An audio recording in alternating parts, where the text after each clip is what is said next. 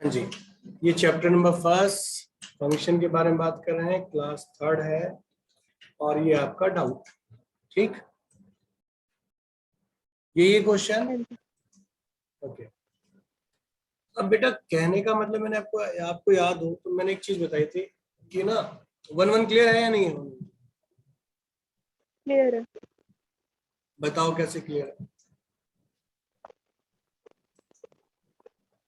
F की अगर value 1 रखेंगे तो भी वैल्यू 1 आएगी, ग्रेटेस्ट इंटीजर है तो ग्रेटेस्ट इंटीजर फंक्शन में 1.2 रखेंगे तो भी 1 आएगी, 1.99 रखेंगे तो भी 1 आएगी। तो एग्जैक्टली एकदम सही कहा आपने, एकदम सही कहा कि जो आपके पास कंडीशन है वो क्या है, फंक्शन का जो नेचर है वो क्या गिवन है, वो ग्रेटेस्ट इंटीजर फंक्शन है। क्या है? Greatest integer function. और ग्रेटेस्ट इंटीजर फंक्शन में आप इनपुट अगर कुछ भी डालते हो, क्या करते हो? इनपुट अगर कुछ भी डालते हो तो आउटपुट क्या होने वाला है वहां पर?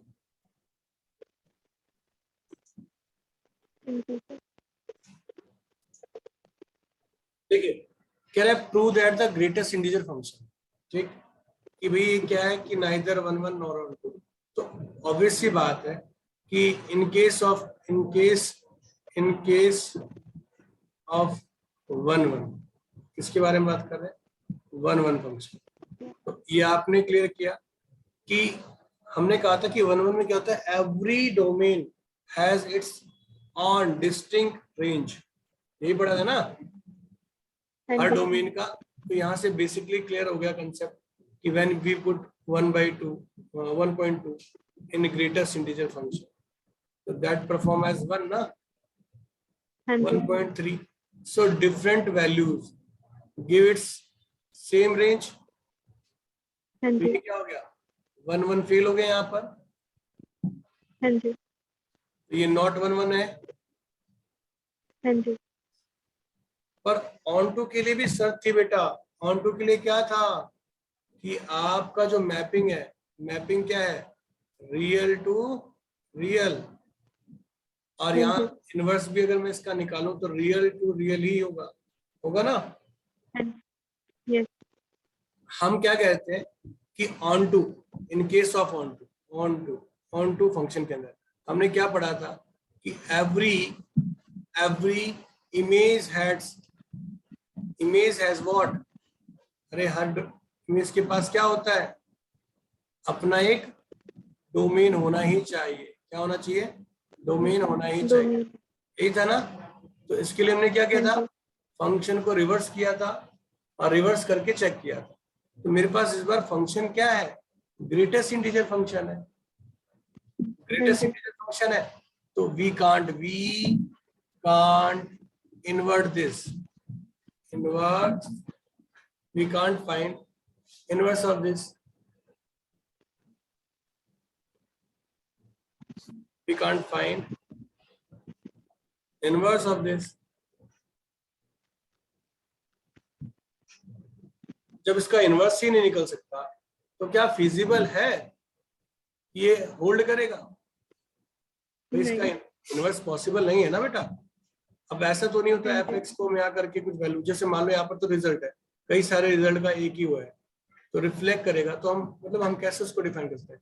तो जिन केस में, जैसे ध्यान रखना, modulus function, greatest integer function, ठीक है, और क्या है, signum function. Very good, signum function. तो ये जो फंक्शंस है ना, ये इन्वर्ट नहीं हो सकते। और जब ये इन्वर्ट हो ही नहीं सकते तो इट कांट होल्ड।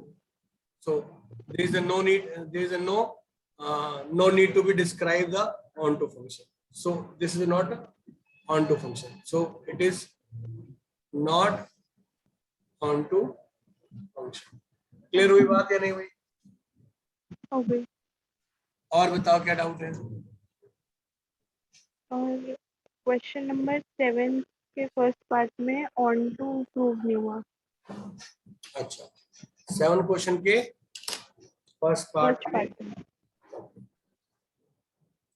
चेक कर लेते हैं। अब मैं आपको इसके कुछ लॉजिक सिखाऊंगा अभी आज कि कहाँ देखकर हमें पहचान लेना है, थोड़ा सा फ्रेम करूंगा क्वेश्चंस को, ठीक है। आज हम और आज ये चैप्टर हम वाइंड अप करेंगे, आज ये फुल फ्लेज वाइंड अप होगा, इसके अंदर जो भी कंडीशंस है वो सारी वाइंड अप करेंगे आज। नेक्स्ट जो टॉपिक होगा वो होगा इनवर्स ट्रिगोनोमेट्री पढ़ेंगे। अच्छा ओके ठीक है, आज ये वाइंड अप होगा, उससे भी एग्जांपल से भी वाइंड अप कर देंगे इसको। तो कह रहे हैं f such that r tends to r defined by fx equal to 3 minus 4x। अभी 1 1 के लिए हमने बात करी पहले, तो 1 1 के लिए काम करते हैं, ठीक है। 1 1 फंक्शन, तो 1 1 के लिए हमने क्या पॉलिसी अपनाई थी? फंक्शन को इक्वेट करते हैं। हाँ, हमारे पास रियल टू रियल है, फंक्शन क्या है 3 minus 4x। तो हमने सीखा था कि fx1 3 minus 4x1, fx2 3 minus 4x2, और अगर fx1 fx2 इक्वल होता है तो fx1 equal to x1 equal to क्या होना चाहिए? x2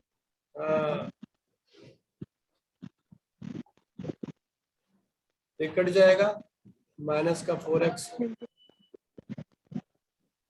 ये भी इससे कैंसिल, x1 किसके इक्वल हो गया? x2 के।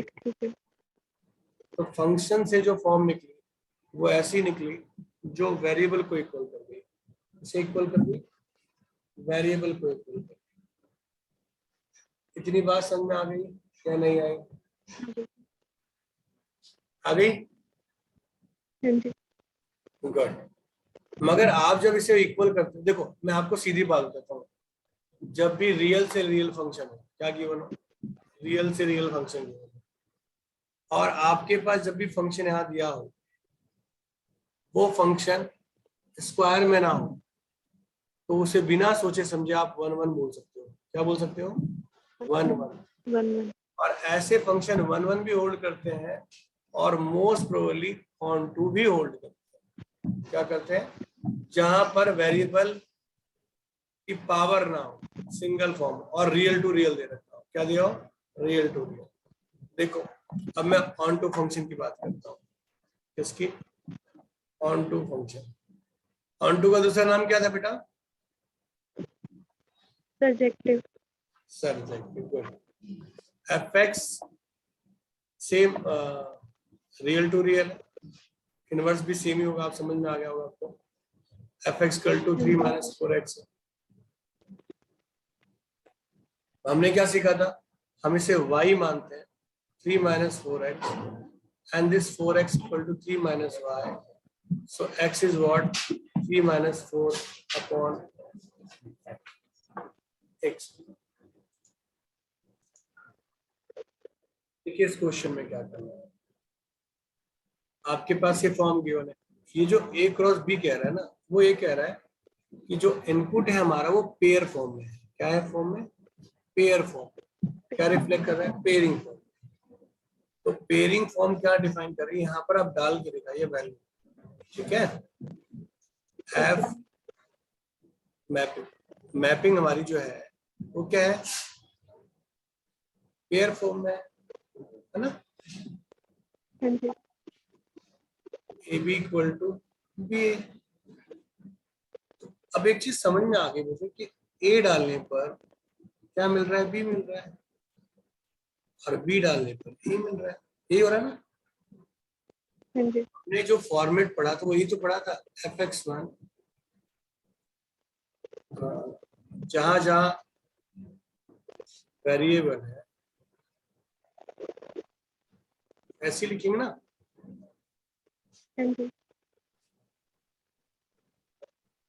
ठीक है, एफ ई ऐसी सेकेंड लेंगे हम।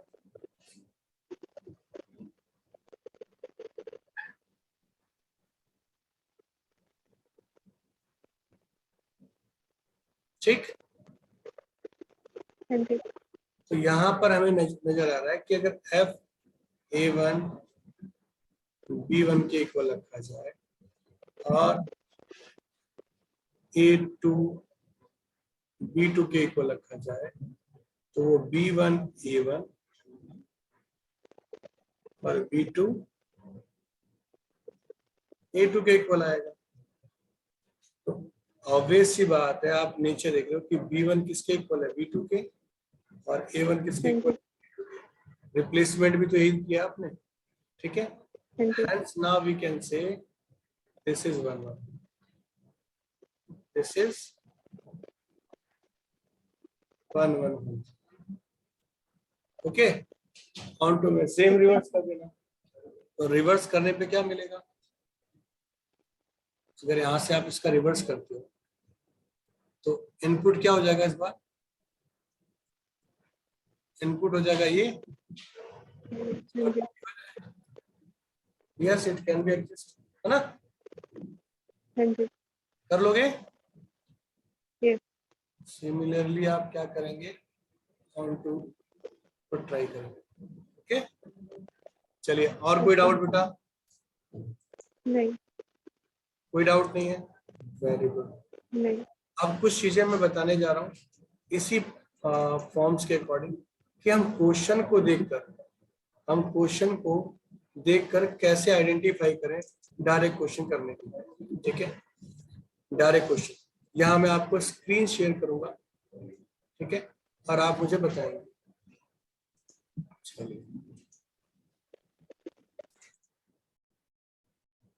ये रही आपकी स्क्रीन, और हम करेंगे अब क्वेश्चंस।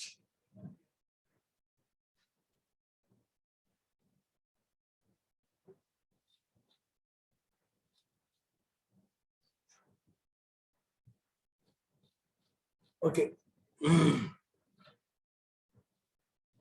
पहले ऑब्जेक्टिव फॉर्मेट, ठीक। हाँ बेटा, अब बताओ पहला क्वेश्चन कह रहे let T be the, let T be the set of all triangle in equilibrium plane, let a relation R on T be define this। तो ये को बोल रहा है A concurrent B बोल रहा है, क्या बोल रहा है, A concurrent on B बोल रहा है, ठीक है। तो बताइए क्या होगा,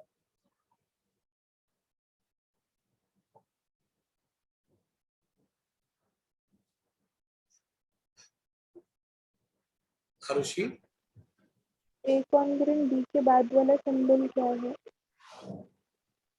क्या बेटा क्या होगा, ए कॉन्ग्रुएंट बी के बाद भी एक सिंबल बना हुआ है, इसका मतलब क्या होता है? अच्छा, इस सिंबल को जो ऐसे बना हुआ है, हाँ जी, इसे बोलते हैं फॉर ऑल, यानी इंग्लिश को उड़ाकर हमने मैथमेटिक्स में उसे ऐसे लिख दिया। ओके। हाँ बताइए,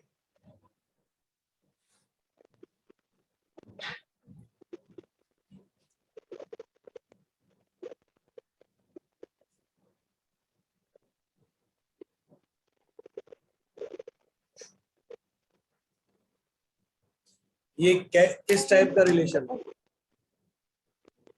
हाँ जी, इसमें ऑप्शन में सी में इक्विवेलेंस लिखा है, हम तो रिफ्लेक्सिव ट्रांजिटिव और सिमेट्रिक पढ़ा था। इक्विवेलेंस क्या होना चाहिए,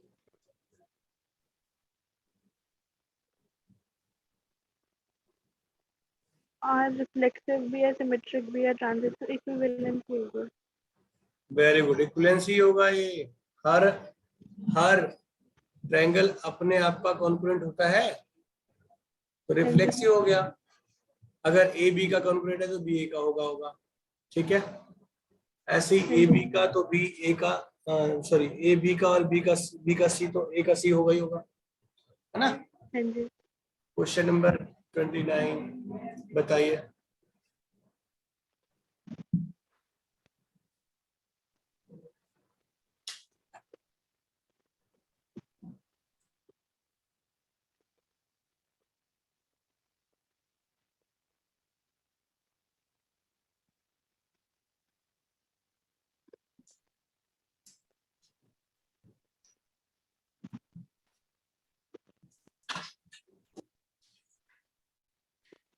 option B transitive but not symmetric. Transitive but not symmetric. Reason बताओ. जैसे अगर ए अपना खुद का तो ब्रदर हो नहीं सकता तो रिफ्लेक्टिव नहीं है. और क्या लाइक सिमेट्रिक भी नहीं हो सकता बिकॉज सिस्टर भी हो सकती है. ये सिमेट्रिक क्यों जरूरी नहीं हो नहीं है कि सकता? अगर ए ब्रदर. बी का भाई है तो बी ए का भाई नहीं होगा? ए बी का भाई है तो बी एक की सिस्टर भी तो हो सकती है. हाँ वेरी गुड. ठीक है आगे. ए बी का ब्रदर है, बी सी का ब्रदर, तो ए सी का ब्रदर होगा ही. तो ट्रांजिटिव है. वेरी गुड शाबाश. ये ट्रांजिटिव है बट नॉट सिमेट्रिक. ठीक है तो B is the right option. अगला नेक्स्ट. क्या नेक्स्ट छोड़ दो. इसका आंसर 5 है वैसे. फिलहाल याद कर लो, मैं बताऊंगा इसके बारे में. वैसे आएगा नहीं क्वेश्चन क्योंकि सिलेबस से बाहर है. ठीक है ओके. अब ये बताओ 31.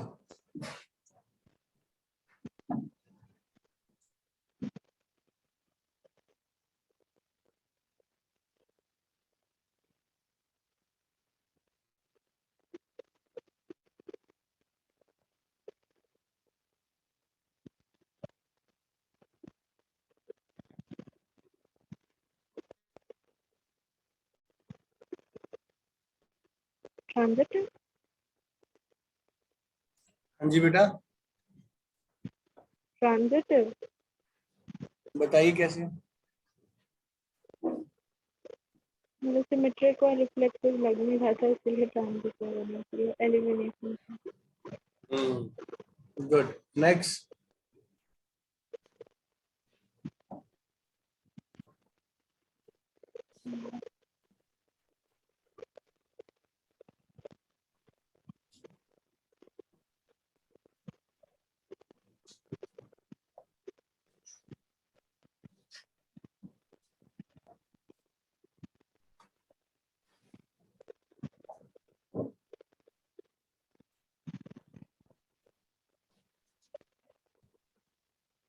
Reflective transitive but not symmetric. B option.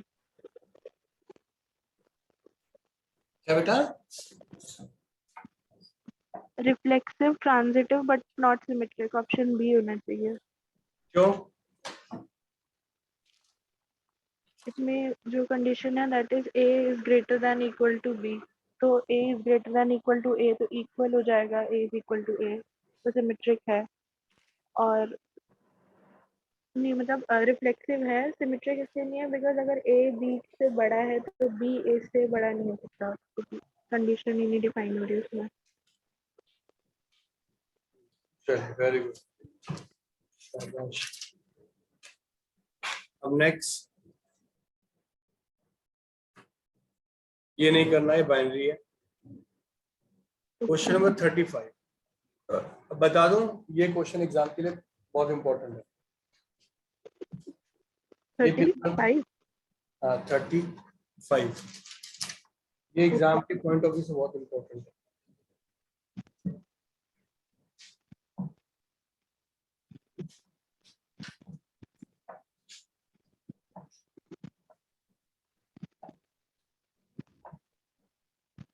बताओ कैसे गए.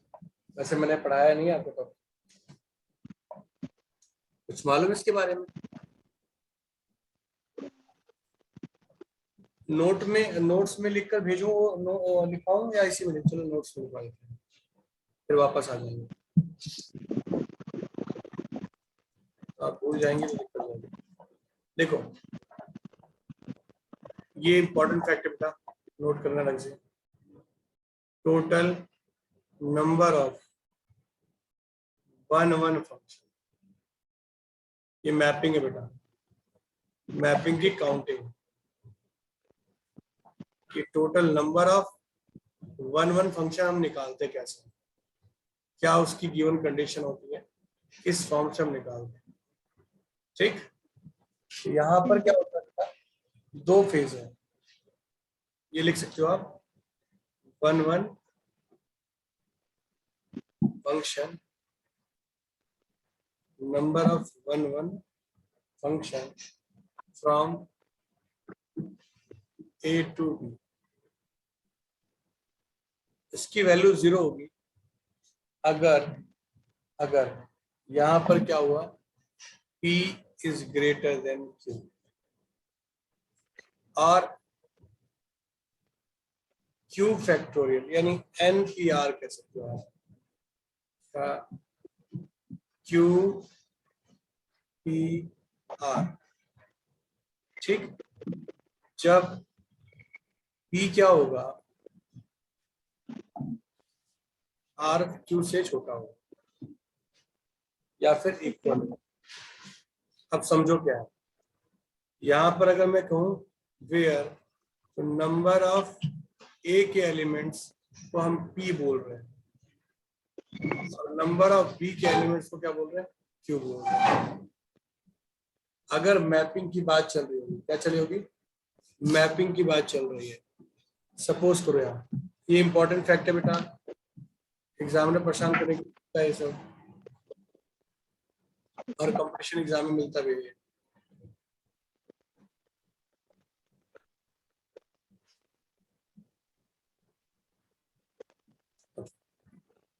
अब ध्यान क्या रखना है आपको कि मैंने क्या बोला, सॉरी, यहाँ कोई नंबर है 1 2 3 4 5, ठीक, और यहाँ पर क्या है 5 7 8 9, ओके।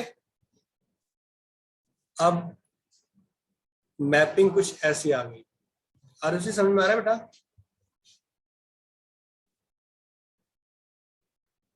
आरुषि समझ में आ रहा है। मेरी वॉइस क्लियर है ना। यस। अब डेफिनेशन पे वापस आओ, इसे हमने क्या मान लिया, ए मान लिया, इसे बी माना, मैपिंग क्या हो गई बेटा, ए टू बी हो गई। तो नंबर ऑफ ए को आपने अभी क्या बोला, पी बोला, और नंबर ऑफ बी को क्या बोला, क्यू बोला। तो मैंने ये बताया था कि एवरी वन में फॉर्म क्या होता है, every element of domain has its distinct range in one, है ना। यानी ए के अंदर के सारे डोमेन यूज हो जाने चाहिए और सभी का रेंज क्या होना चाहिए, अलग होना चाहिए, डिस्टिंक्ट होना चाहिए, तभी वो क्या करेगा, 1 होल्ड करेगा। अब यहाँ पर क्या हुआ, ये तो 4 एलिमेंट है, 4 को ऑक्यूपाई कर गया, 5वां भी बच गया। तो ऐसे केस में इस वाले में नंबर ऑफ 1 फंक्शन कितने होंगे, 0। क्या होंगे, 0। पर अगर यही सेम सिचुएशन अगर मैं यहां शो करूं,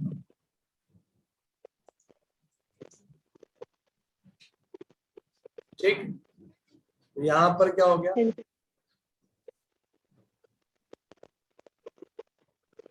यहाँ 10 कर देते हैं, 11 कर देते हैं, ठीक। यहाँ पर number of elements, number of 1 क्या होंगे, 0। पर यहाँ पर अगर ये बड़ा होता है या बराबर होता है, इक्वल भी हो सकता है ना, तो बोथ कंडीशन, ये ए फिगर हो गया, ये सेकंड हो गया। तो इस केस में जो फार्मूला होता है 1 निकालने का, वो होता है जितने यहाँ पर 1 2 3 4 5 6, तो 6p कितने ऑक्यूपाई है, 4 4, तो 6 factorial upon 2 factorial, 6 into 5 into 4 into 3 into 2 factorial upon 2 factorial. तो ये कर दो, कितना हो गया, 30 into 12, ठीक है। तो 360 आ गया। इतनी बात समझ में आ गई या नहीं आई, आगे बात समझ में, पहले बताओ 1 क्लियर हुआ या नहीं हुआ, हो गया। अब हम बात करते हैं ऑन टू के बारे में। किसके बारे में बात करेंगे हम? ऑन टू फंक्शन के बारे में। तो इसका ना फॉर्मूला थोड़ा सा कॉम्प्लिकेटेड है, इसका थोड़ा फॉर्मूला ऑन टू में थोड़ा फॉर्मूला कॉम्प्लिकेटेड है। अब होता तो रिवर्स ही है ना इसका। हाँ जी। आप क्या पढ़ते हो उसके लिए? रिवर्स फॉर्म ही पढ़ते हो ना? हाँ जी।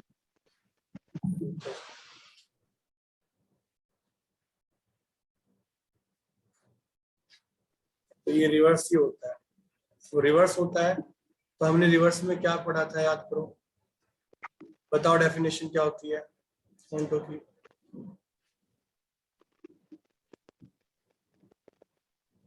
हर एक रेंज का डोमेन होना चाहिए। हाँ, हर एक रेंज का डोमेन होना चाहिए। हर एक इमेज का,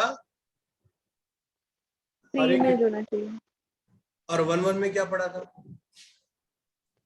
कि हर एक प्री इमेज की एक डिस्टिंक्ट इमेज होनी चाहिए। डिस्टिंक्ट होनी चाहिए। तो ये दोनों एक दूसरे के क्या रिवर्स हो गए। तो हाँ जी। इसके लिए जो फॉर्मूला बना बेटा वो क्या बना? Number of onto function that from A to B, A from A to B, that is what sigma. Formula में प्रॉपर लिख रहा हूं, r equal to 1 q minus 1, और इसका डायरेक्ट तरीका दे दूंगा, r q सी r की power p if p is greater than equal to q, और अगर p जो छोटा होता है तो क्या होगा? तो 0। अब ऊपर देखो ध्यान से, यहाँ क्या था? p बड़ा था तो 0 आंसर निकला, यहाँ p छोटा है तो 0 आ गया। मतलब कह तो दोनों वही रहे क्योंकि हमने इसमें रिवर्स की बात करी। समझ में आई बात या नहीं आई? आगे इसके लिए फॉर्मूला ये रहा और इसके लिए फॉर्म ये रहा, क्योंकि इसमें रिवर्स, इसमें ना सम की कंडीशन क्या है, काउंटिंग क्या है, सम की कंडीशन होल्ड करती है। क्या करती है? सम की कंडीशन होल्ड करती है। अब एक और बात ध्यान रखना है, एक और बात ध्यान रखना है, ये ना जो मैं लिखवा रहा हूँ ए से बी, इन दोनों के अंदर ना एलिमेंट्स क्या है? डिफर क्या है? डिफर। अब मैं थोड़ा एग्जांपल के थ्रू आपको एक पॉइंट क्लियर करता हूँ, ठीक है? एग्जांपल के थ्रू ये पॉइंट्स क्लियर करता हूँ। एक सेकंड,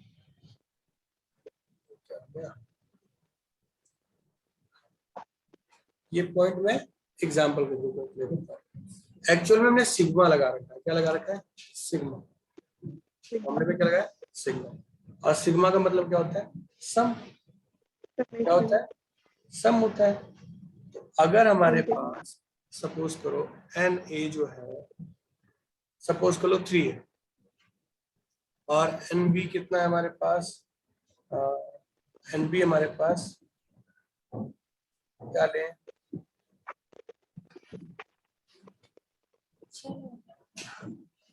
एन बी है तो 2 ले लेते हैं, या इक्वल ले लो या 2 ले लो, ठीक है? 2 ले लो या इक्वल ले लो, बात एक ही है। तो वो जान दो क्या कहना चाह रहा है? वो ये कहना चाह रहा है इस फॉर्मूले के साथ कि आप सिग्मा आर की वैल्यू 1 से लेकर 3 तक रख सकते हैं। क्या रख सकते हैं? आर से लेकर कितनी रख सकते हैं बेटा? 3 तक। आप 1 भी लेंगे, 2 भी लेंगे, 3 भी लेंगे, तीनों कंडीशन लेंगे। तो यहाँ पर -1 की पावर q माइनस क्यू कितना है आपके पास? इसे आप p बोलते हो ना, इसे q बोलते हो ना, इसको p बोलते हो। तो कितना है आपके पास? 3 -1 q 3 माइनस 3c1 r 1 की पावर p इज व्हाट? 3। ये हुआ ना? यहाँ r ऐसे लिख लेते हैं। अब r यहाँ प्लेस करेंगे। अब सबकी वैल्यू अगर मैं निकालने लगूं तो एक तो होगा 3c1, दूसरा नेगेटिव जाएगा 3c2 8, प्लस 3C3 27। तो इसमें सबको एक्यूमुलेट करके जो वैल्यू निकालोगे तो कितना आ रहा है 6 आ रहा है। ये निकालने का थोड़ा प्रोसीजर क्या है, डिफर है, डिफिकल्ट है, थोड़ा सा अलग है, ठीक है। और इसके लिए एक फॉर्मूला बनाया गया तो मैं बताऊंगा उसके बारे में बाद में। फिलहाल ये क्लियर हुआ या नहीं हुआ? हो गया। हो गया। थर्ड क्या है, 1 1 and onto function, 1 1 onto function, ठीक। इसकी खासियत बताऊं क्या है इसकी? इसकी खासियत है कि ये हमेशा ना तभी निकाल सकते हो आप अगर ये होगा P फैक्टोरियल, तब जब P और ये दोनों इक्वल होंगे, क्या होंगे, P और Q क्या होंगे, इक्वल होंगे, तो ये फिजिबल है। अगर ग्रेटर हुआ, ये ग्रेटर हुआ या लेस हुआ तो इनकी वैल्यू क्या होगी, 0। Okay 1 1 and onto function, यानी दोनों क्या होनी चाहिए, फाइनाइट।